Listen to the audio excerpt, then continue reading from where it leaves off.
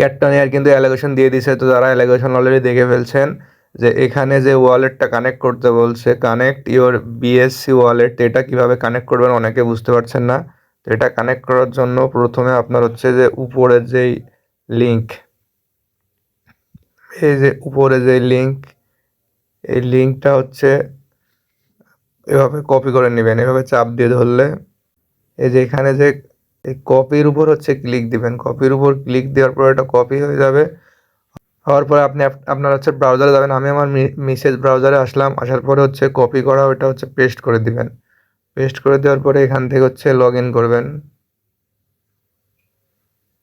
একটু ওয়েট করেন, এটা লগ ইন হোক, লগ ইন হলে আপনাদের তারপর দেখাচ্ছি। লগ ইন হওয়ার পর অবশ্যই টেলিগ্রাম অ্যাড করে নেবেন। তো যারা হচ্ছে অ্যালোকেশন দেখছেন তারা তো জানেনই কীভাবে অ্যাড করতে হবে, তো অ্যাড করে নেই, তারপর আবার দেখাচ্ছি।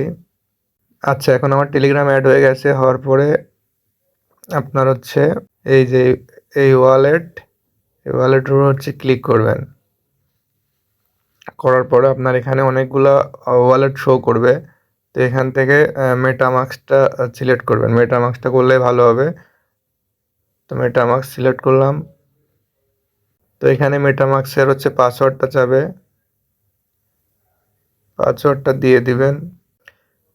তারপর এখান থেকে পাসওয়ার্ডটা দেওয়ার পরে এই যে এখান থেকে কনফার্ম করবেন, এই কানেক্ট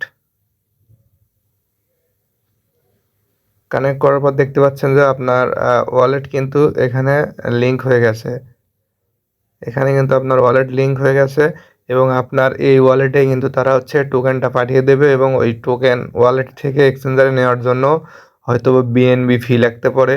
আমার মনে হয় যে $1 মতন ফি লাগতে পারে। তো যারা পারবেন ওখানে $1 বেশি পরিমাণ ফি রাখবেন, আর যারা পারবেন না তারা চেষ্টা করবেন যে $1 ফি অন্তত পক্ষে রাখতে, হয়তো ফি ছাড়া হয়তো বা ক্লেম করতে দিবে না। আর অবশ্যই ওয়ালেট কানেক্ট করে রাখবেন। আর কিভাবে উইথড্র করতে হয় ওটা হচ্ছে দেখিয়ে দেওয়া হবে কাল।